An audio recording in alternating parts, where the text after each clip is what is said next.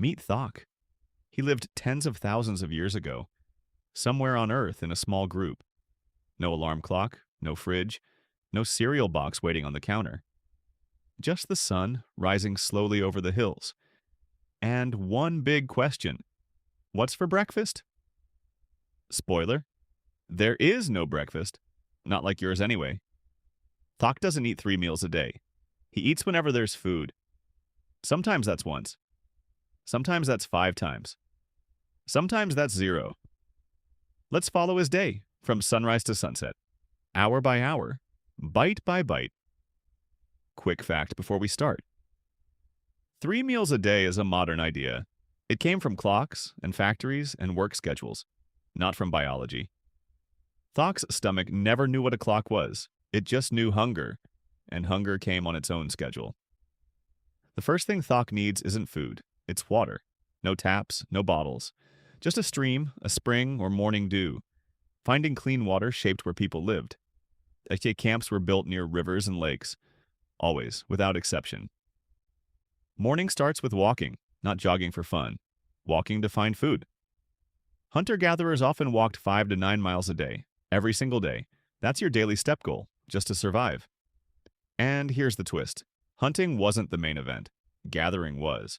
Up to 80% of daily calories came from plants, roots, nuts, seeds, fruits, leaves. Thok's fridge was the whole landscape. Researchers found some groups ate over 100 plant species.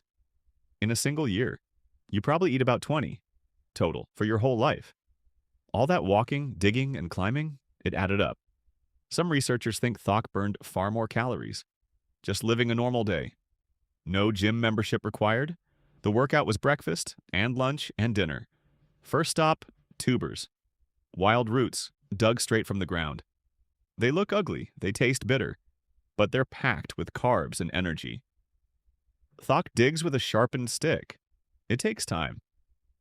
Patience was the original fast food. One more thing about flavor: there was no salt shaker, no spice rack. Most sodium came from meat, blood, and bone. Flavor came from wild herbs instead. Wild mint, wild garlic, bitter greens, sour fruits. Nothing came from a packet. Next stop, insects. Yes, really. Termites, grubs, ants, high in protein and fat. Some communities still eat them today. A handful of grubs beats a steak, in protein at least. Thok doesn't flinch. To him, it's just lunch. Now for the main event: meat, but not every day. Big game hunts often failed, like most of the time. Some estimates put success below 20%. Thok might chase an animal for hours and come home with nothing. So when a hunt succeeds, nothing gets wasted. Nothing. Meat, fat, organs, marrow, even the brain. Bone marrow was especially prized. Think of it as ancient butter, packed with calories and fat. Here's something wild. Some scientists think marrow came even before fire, before spears, way before Thok. Early human ancestors smashed bones open with rocks, then scooped out the marrow inside, while bigger predators still fed nearby. That's not hunting, that's scavenging. Smart, hungry scavenging. Fire changed everything. Cooking meat made it easier to digest. Cooking plants unlocked extra calories too. Some scientists think fire helped our brains grow. More energy in. Less energy spent digesting. More energy left over. For thinking. Around midday, there's sometimes a treat. Honey. Ancient humans loved honey. Cave paintings show people climbing cliffs for it. Risking bee stings. Risking nasty falls, all for something sweet. Honey was basically prehistoric candy. Rare and precious. Ancient humans also discovered something else. Fermentation. Leave fruit or honey water out too long, and it can turn alcoholic naturally. Some researchers think early humans noticed this and started doing it on purpose. One of the oldest known alcoholic drinks, a fermented rice, honey, and fruit mix.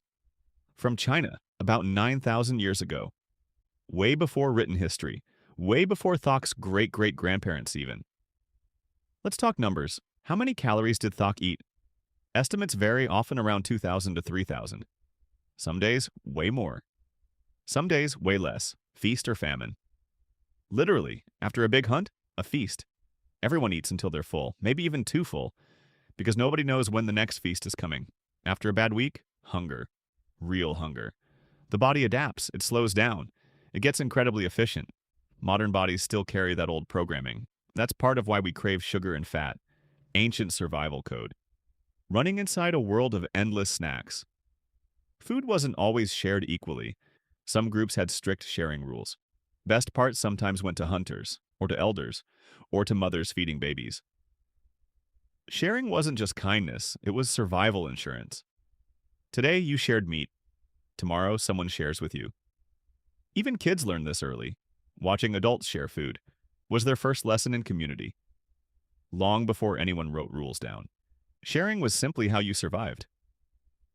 What about kids?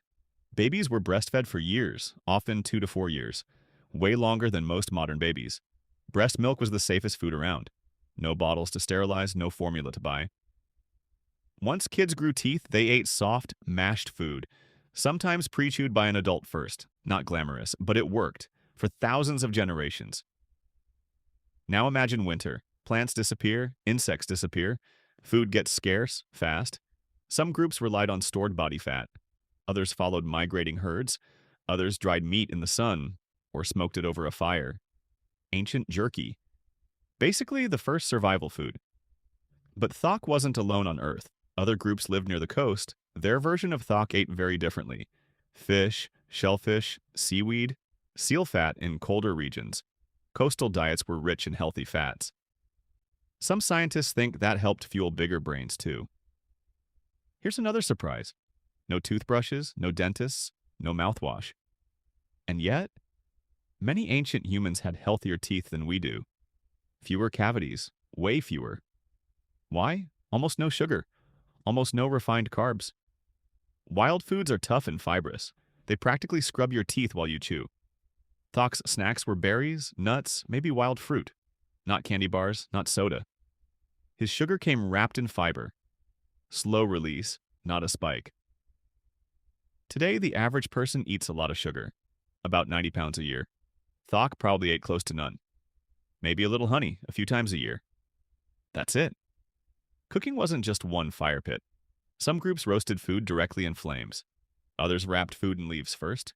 Some used hot stones to boil water. Drop a hot rock into a water-filled skin.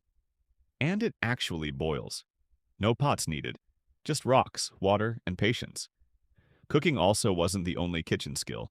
Some groups used grinding stones to crush seeds and grains into something like flour. Archaeologists found grinding tools over 30,000 years old, long before farming even existed. Humans were already experimenting with early bread-like food. How did Thok know what was safe to eat? Trial, error, and memory. Knowledge passed down for generations. Which plants heal? Which plants are food? Which plants can kill you? One mistake could be the last one. This knowledge was as valuable as any tool. Maybe more valuable. Lose the knowledge and people starve, even with food all around them. By evening, the group gathers around a fire. This is the big meal, the shared one. Meat roasting, roots baking in the embers. Stories being told. This wasn't just dinner, it was bonding. Some researchers think these fireside meals shaped human language and storytelling itself. Food brought people together, long before restaurants existed. So what did Thok actually eat in a day? A little bit of everything. Roots, nuts, greens, insects, maybe some meat, maybe honey if he got lucky. No menus, no food labels, no diet plans. Just whatever the land provided. Modern diet culture loves one word, paleo. But Thok's real diet wasn't one fixed thing. It changed with the seasons, it changed with the location, it changed with pure luck. Some groups ate mostly plants. Others leaned heavily on meat and fish. There was no single caveman diet. Then, around 10,000 years ago, everything changed. Farming arrived. Suddenly, humans ate way more of way less. Mostly grains, wheat, rice, corn. More calories, more often. But less variety than Thok ever had. Some early farmers were actually shorter than hunter-gatherers and had worse teeth, more food, less diversity. A trade nobody chose. It just happened. So, what if you tried Thok's diet? For just one day? No supermarket. No delivery? No fridge. You'd need to find your own water. Walk for miles just to eat. Dig, climb, maybe go hungry. Most people wouldn't last a single day. Thok did it every single day, for his entire life. One more thing. Thok never once opened a fridge, never microwaved anything, never scrolled through a delivery app. Every single bite was earned, with his legs, with his hands, with hours of real effort. Next time you grab a snack without thinking, remember Thok, walking for miles, digging up roots, cracking bones for marrow, climbing cliffs for honey. Just to get through one single day.